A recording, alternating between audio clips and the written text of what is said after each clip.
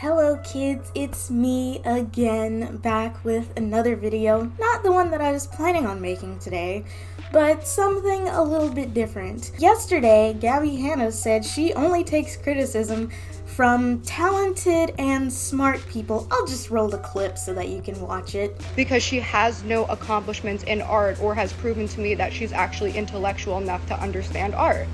I accept my criticism from talented, smart people, not abusive, toxic, exploitative bullies on YouTube. Her and Angelica Oles are in beef again because Gabbie just can't take it that people are talking about her, and apparently Angelica Oles is not talented or intelligent enough to criticize her. Now, Gabbie, since I know you're watching this, I know you fancy yourself a poet, and I did too at one point in time. I just didn't really care about poetry that much enough to pursue a career in it.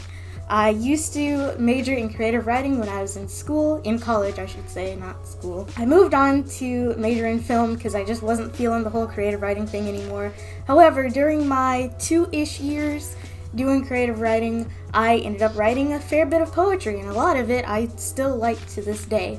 So let's see if I'm talented and intelligent enough to criticize her, shall we? This first one is called Dear John. It's a funny one. It's a funny poem. I really liked it. It's couplets. We all love a good couplet. I'm not sure if Hanna knows what a couplet is, since she may not know what a couplet is. A couplet is 2 lines, and they usually have the same AABB or ABAB or any kind of rhyme scheme. Dear John, I'm leaving you. I took the cats and your money too.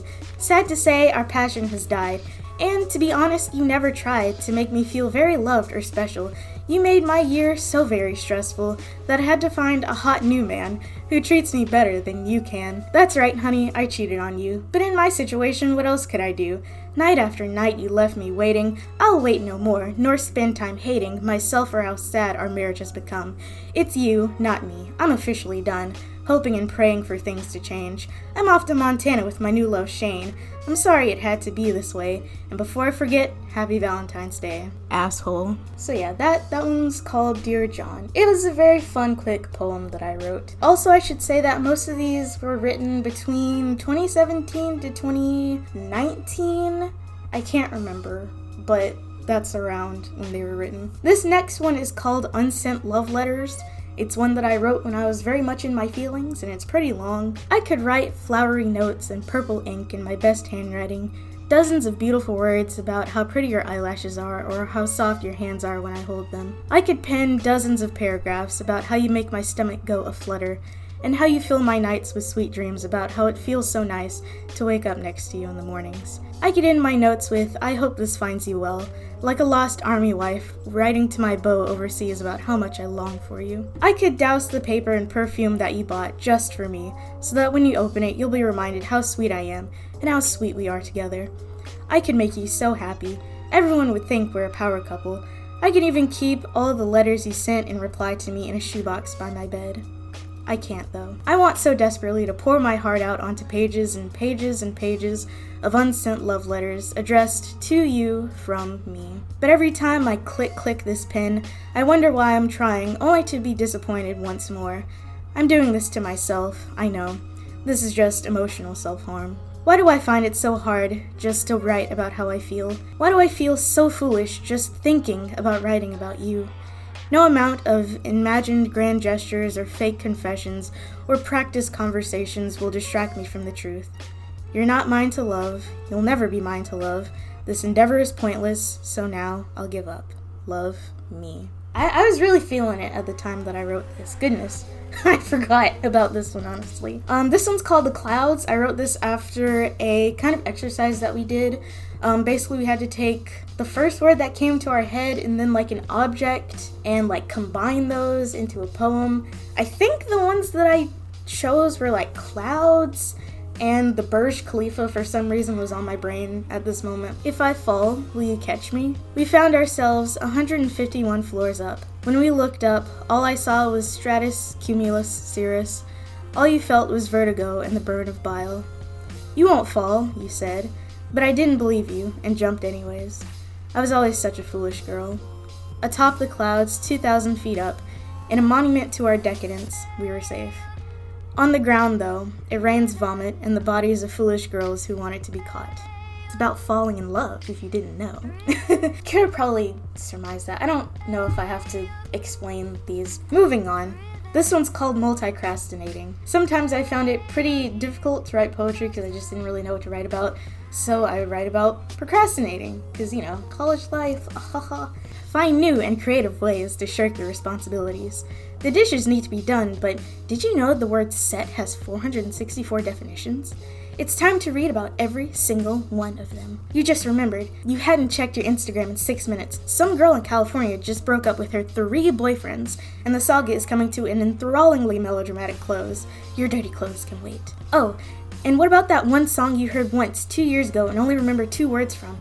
It's time to consult your best pal Google for 2 hours to no success. Can you finish your 18-page report about Napoleonic war rations in an afternoon? Let's find out. But first, how do magnets work? The one about the song, the one song that I heard once 2 years ago and only remember 2 words from, that one was kind of true, but I won't get into that now. This next one is called French Toast and Hash Browns. Now, for some reason, I have 2 separate poems about food.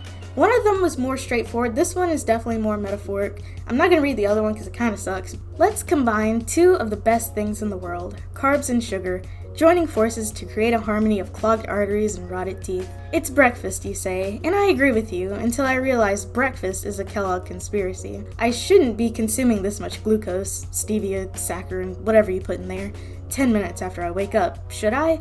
That's what my doctor says, but who listens to them anyway? For you, my dear, I'll eat all the butter-fried potatoes and egg-soaked bread you want me to until it kills me. This one's about toxic relationships. I'm not going to do that for every single one, I swear. This one's called Cigarette Burns and Stretch Marks. I will say this one's kind of, I don't know what to call it. It's about self-harm, so if you're not into that, skip to this time. Here, final warning. She sat in the tub of tepid water, thighs decorated with freckles and tiger stripes. Only she wasn't so lucky to have those. The burns were always there in one way or another. The marks just showed up one day, overnight it seemed. One day her legs were just skin and bones and cigarette burns. Then one day, the stripes appeared, along with the extra meat that made all her pants too small. Stretch marks, her mom called them. Her dad had no name for them, but insisted they made her a whore. Either way, they were ugly things, still not as ugly as the burns. She almost liked her new thighs and hips before she remembered the marks, all of them, would stay forever. A fresh one sat in the tray next to her, only half smoked. She put it out on her thigh. Pitiful, it doesn't even hurt anymore. What about this, she wondered, and sank under the murky threshold of above and below.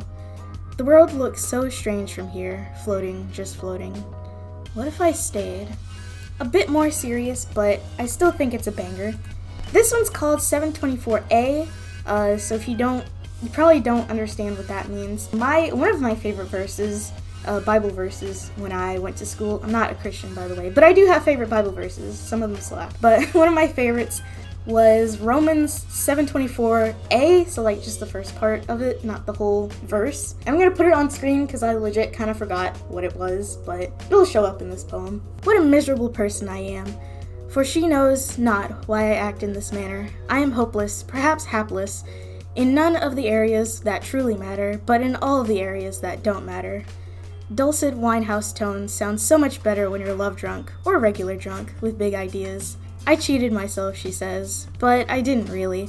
In order to cheat yourself, there has to be a game that can be cheated, but there's no trick, no jip, no con. I knew I would, yes, but she always has some trick up her sleeves, both sleeves.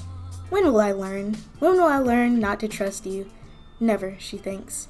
What a miserable existence I have. You have. No, we have. Alone together, remember? You and I, my fair weather friend. And it's about, one's difficult relationship with themselves. That's it. That's all the poems that I chose to read for this particular purpose. So, now that we have established that I am intellectual and have talent, let's talk, Gabbie. I don't understand what she's doing now. She's going after Angelica Oles, and for what reason? Honestly, this happens all the time. She gets in beef with someone or just everyone in general when she has something coming out. She's been consistently upset that people are dunking on her poetry and calling it bad because it's bad. She even went after Rachel Oates, who is another YouTuber. She used to make stuff regarding religion, but she, I think, recently pivoted towards more literary stuff, kind of going into the realm of booktube, but also doing like poetry. Haven't watched her videos in a while, but I know she made one on Gabbie Hanna's poetry, and she dunked on it like the rest of us have. I mean, listen, I think personally there are a few art forms out there that I don't really get. Like, I don't get it, you know? One of them is poetry. Another one is interpretive dance. And there is another one that I also...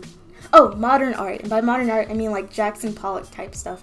I don't get it. But I get that it has merit. And I get that there are certain ways where it can be authentic, but also really weird, you know?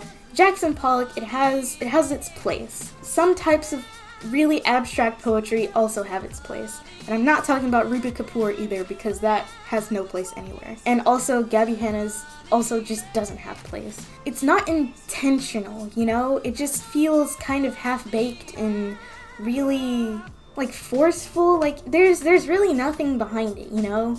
Like, at least Rupi Kapoor can pretend to be fake deep. There is no fake deepness in Gabbie Hanna's poetry. I really don't understand why she doesn't understand why people don't like her poetry when it's empty. It's just substanceless. There's nothing there, right? Honestly, I think every single person criticizing her poetry is right. It doesn't matter if they have talent or intellect. If you don't like Gabbie Hanna's poetry, guess what? You are 100% correct. Congratulations. Here is your trophy. Enjoy it, please. Gosh, and her saying that only people who have talent and intellect are allowed to criticize her just cracks me up, right? I think there's a pretty well-known expression. I'm not sure the exact wording of it, but it goes like this. I don't have to be a professional chef to know when something tastes bad. And I don't have to be Lord Byron or Poet Laureate of the United States to know that Gabbie Hanna's poetry is bad. We know this. And I genuinely don't think there's a single person on this planet who, non-ironically, likes Gabbie Hanna's poetry and thinks it's deep, you know? I take that back. I don't think there's a single adult that likes Gabbie Hanna's poetry and thinks it's, like, deep and meaningful. I could probably see myself liking her stuff when I was, like, 13. But when I was 13, I was very, like, unrefined. I had no taste at all. I was a child. Duh, that's what happens when you're a kid. You have no taste, you have no refinements, and you just think basically anything is cool and hip and whatever. I don't know, but I don't think that was Gabbie Hanna's intent, though. She wasn't writing poetry for kids. She was writing poetry for herself and for, like, her peers, like people her age and of her, I guess, life experience level. Like, even if she was writing poetry for kids, it still wouldn't be good. It's not good kids poetry. I mean, you know, the only real kids poetry that I know of is Shel Silverstein, right? I mean, he's like the best of the best, I would say, when it comes to kids poetry. And I read a lot of his stuff when I was a kid, and I enjoyed it. You know, it's not substantive. It just doesn't have anything there. Imagine you have a loaf of bread, but when you cut into the bread, it's just crust. Like, there's no bread on the inside. It's just a hollow loaf of bread. That's Gabbie Hanna's poetry. And that's all I have to say about that, honestly. The audacity that Gabbie has to call other people bullies when she's out here doing that herself. Come on, dude. Really? That's all I have for today. I still need to shoot that other video that I was planning on shooting. I'm probably gonna do it later. Now I'm like all off track or whatever. Twitter, Ko-fi, my Fiverr's in the description. Well, that's gonna be it for me. Honestly, I haven't written poetry since like 2018, but I'm considering doing it again because number one, it was super enjoyable, and number two, maybe I'm good at it. I'm certainly better than Gabbie Hanna. These are bullies! High school fucking bullies!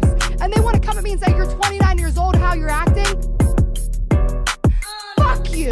You're in your fucking 30s! Almost all of you attacking me! And I'm not saying a fucking word to anybody! And you're gonna say I'm painting myself as a victim?